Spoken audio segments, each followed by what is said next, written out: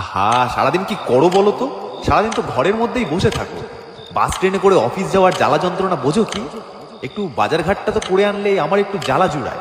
ডালটা তো আবার নুনও হয়নি ঠিক মতন, এটা আবার সবজি হয়েছে কোনো। কি করো সারাদিন ঘরে বসে?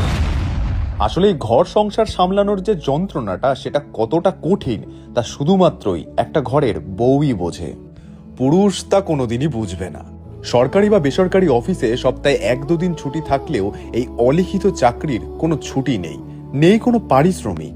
যা আছে তা শুধুমাত্রই গালভরা অভিযোগ। সারাদিনের ঘর সংসার সামলানোর পর, সবাইকার মনের পছন্দের রান্না করার পর, সন্তানকে শিক্ষিত করে মানুষ করার পর, দিন শেষে গালভরা অভিযোগ শোনার পরেও মেয়েটা ঘুমিয়ে পড়ে।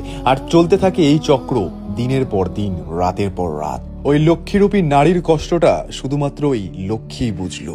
বলি মশাই, আজ এই পুরুষের কণ্ঠে না হয় এক পুরুষই বলল, আমি শুধুমাত্র পয়সা কামাতে পারবো, ঘর সংসার সামলানো এ পুরুষের দ্বারা কোনোদিনই হবে না।